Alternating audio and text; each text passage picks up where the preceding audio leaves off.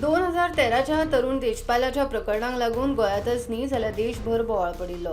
गोंयांत ते एल्का नेमाळ्याच्या थिंक महोत्सवा वेळार तरुण देशपालान आपल्या ज्युनियर सहकार्याचेर लैंगीक अत्याचाराचे आरोप केल्ले. पळोवया timeline of the events.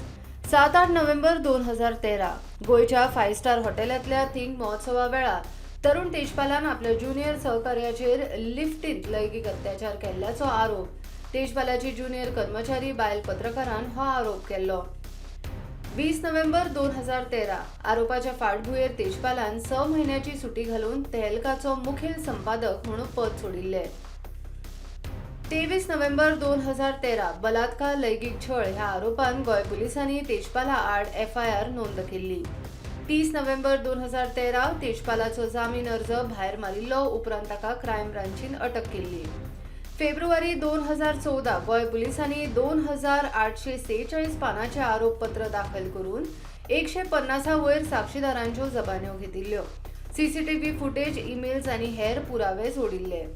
July 2014 Jelin कांय म्हयने काडल्या उपरांत सुप्रीम कोर्टान ताका जामीन मंजूर केल्लो. 2017-2021 सत्र न्यायालयान इन कॅमेरा सुनावणी जाली. कायदेशीर आडखळी आनी कोविडाक लागून प्रकरणांक कळाव जालो.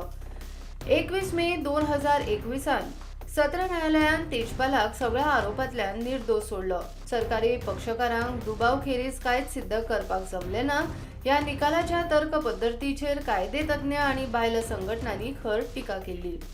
2021-2026 गोंय सरकारान तेजपालाच्या निर्दोष सुटकेक हायकोर्टान आव्हान दिल्लें.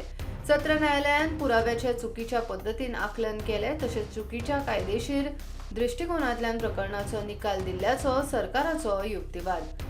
6 ऑगस्ट 2026 उच्च न्यायालयान सत्र न्यायालयाचो निर्दोष मुक्ततेचो आदेश रद्द करून 2023च्या बलात्कार प्रकरणात तेजपालाक दोशी थारयलो. हातूंत एका फामाद सोद पत्रकारिता करपी नेमाळ्याच्या संस्थापकाचो आस्पाव आशिल्ल्यान ह्या प्रकरणात देशभरांतल्यान लोकांचे लक्ष लागून राविल्ले. कामाच्या सुवातेर जावपी लैंगीक शोषण आनी संस्थांमदल्या अधिकाराचो गैरवापर हे विशीं जायते प्रश्न उपस्थित जाल्ले.